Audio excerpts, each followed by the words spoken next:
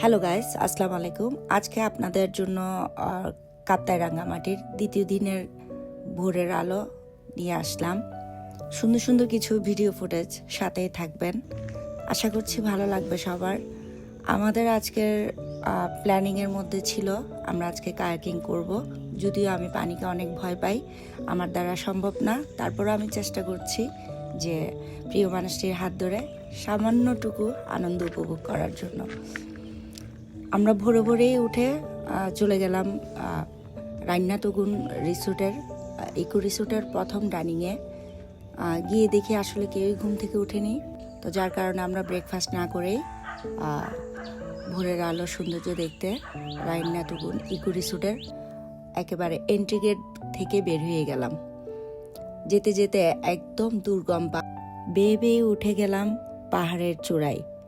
নির্জন নিরলা, কোথাও কোনো মানুষ নেই, কোথাও কোনো মানুষের চিহ্ন পাওয়া যাচ্ছে না। হাঁটতে হাঁটতে এমন জায়গায় পৌঁছে গেলাম যেখানে নিজেও চিনি না কোনো রোডঘাট। তার পাহাড়ের চূড়ার উপর থেকেই শুধু দেখা যাচ্ছে শান্তশিষ্ট একটি লেক, যে লেকে একটু পরেই আমি কায়াকিং করব, ভাবতেই আমার ভয় লাগছে। এখন ভাবছি কি করে কি করব। যেহেতু আমি পানিকে অনেক ভয় পাই, আমি কখনো পুকুরে গোসল করি নাই, আমার পানি অনেক ভয় লাগে। তো এখন থেকে প্রিপারেশন নিচ্ছি, আমি কায়াকিং করব, বাট আজকে করতেই হবে, আমার সাহস আমার রাখতেই হবে। এখানে আমরা হাঁটতে হাঁটতে একদম জঙ্গলের ভিতর চলে গেলাম। রোডঘাট কিছু চিনি না আমরা, তবে যতই হাঁটছি খুব ভাল লাগতেছিল। এত ঠান্ডা হাওয়া, শীতল হাওয়া গায়ের সাথে লাগছে, খুবই আলাদা একটা আনন্দ অনুভূতি হচ্ছে। ভিতর থেকে যেন চেহারার উপরে একটা গ্লো চলে আসছে।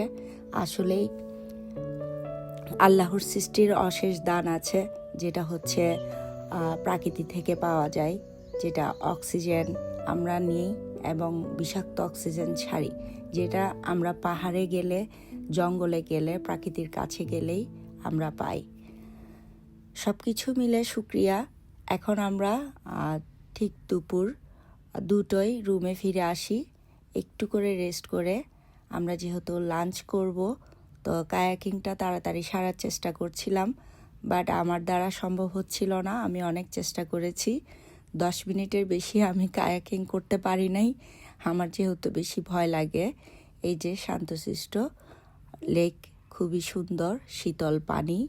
তবে আমি গোসল করেছিলাম একদম লেকের পাড়ে, পানি দিয়ে সামান্য গোসল করে নিলাম। এই যে সুন্দর একটি দৃশ্য আপনাদের জন্য তুলে ধরলাম। কিছু পাতিহাঁস লেকের মাঝে একা একা ভাসছে, দেখতে খুবই সুন্দর লাগছে। আর আমরা এখন কায়াকিং সেরে রুমে গিয়ে ড্রেসিং করে আবার হচ্ছে আমাদের র্যাংপা কটেজ থেকে হেঁটে ডাইনিং স্পেসে যেতে যে সময়টুকু আমরা পেয়েছি, তা দুইজন হাত ধরে হাঁটতে হাঁটতে ভিডিওটা করে নিলাম। আমরা যেহেতু এখন ডাইনিং স্পেসে যাব, আপনারা দেখতেই পাবেন আমরা কি কি খেয়েছি, কারণ পাহাড়ি এলাকার খাবার দাবারগুলি সব কিছুতে তাবাং, চাবাং এই ধরনের নাম, যেগুলি খুবই কঠিন, খুবই আশ্চর্যজনক, তবে নামগুলি খুবই আনকমন, খুবই ভালো লাগে। এই যে খিদায় আমি পাইচারি করছি। জি,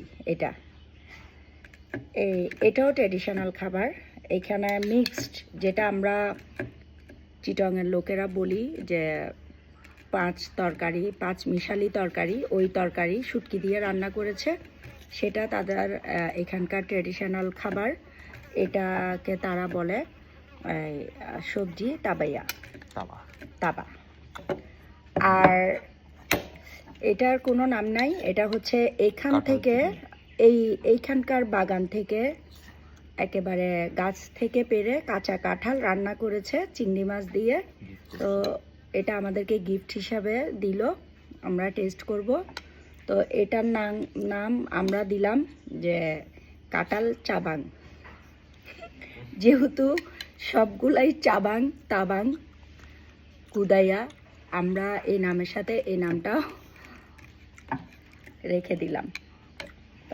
আমি এখন টেস্ট করব। ফার্স্ট শুটকি, ক্যাবাং। ক্যাবাং, শুটকি ক্যাবাংটা দিয়ে আগে টেস্ট করব আমি।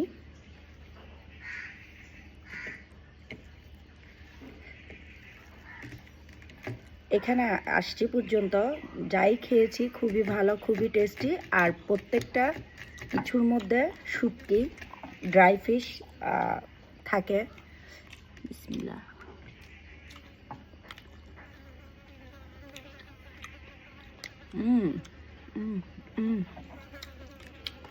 এক কথায় জোস। শুটকি ক্যাবাং। ক্যাবাং, আপনারা যদি কাপ্তাই রাঙ্গামাটি যে কোনো রিসোর্টে আসেন, এটা এখানকার ট্রেডিশনাল খাবার। শুটকি ক্যাবাং বললে তারা রান্না করে দিবে। খুবই মজাদার খাবার, আর স্পাইসি যারা পছন্দ করেন তাদের জন্য পারফেক্ট খাবার।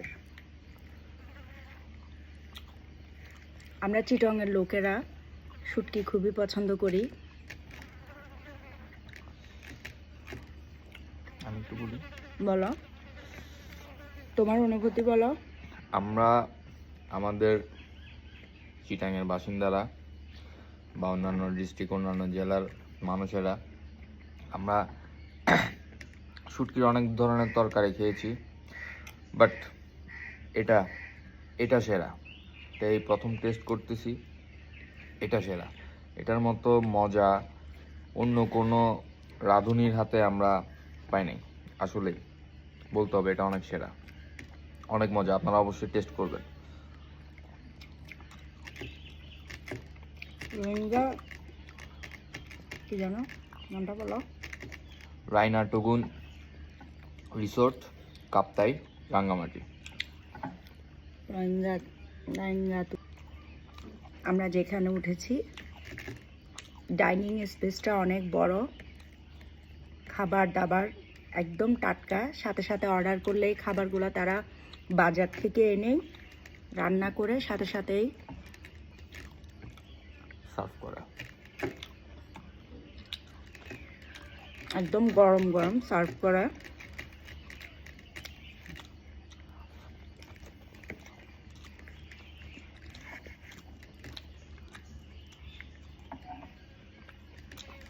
চিকেনের ইয়াটার নাম কি যেন ছিল?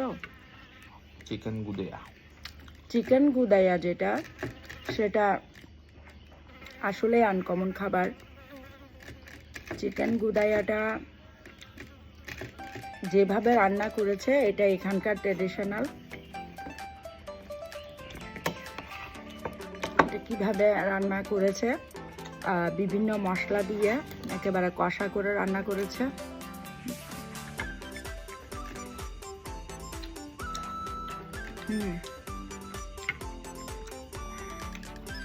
এটা ছিল ব্রয়লার মুরগি। এখানে আপনারা চাইলে দেশি মুরগি অর্ডার করতে পারেন। এই রেসিপিটার নাম হচ্ছে চিকেন কাবাব, চিকেন গুদাইয়া। এখানে সব কিছু নাম হচ্ছে কাবাং টাবাং এ ধরনের নাম, কিন্তু ট্র্যাডিশনাল খাবার বললে তারা আপনাদের কাছে এগুলা বলবে নামগুলা, তখন আপনারা এই রেসিপিগুলা চয়েস করে নিতে পারবেন।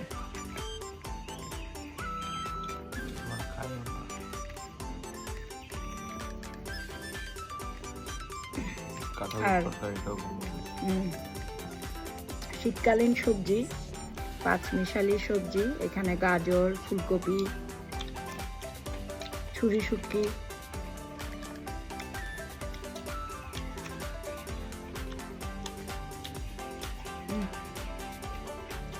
শুটকিটাই আসলে বেস্ট।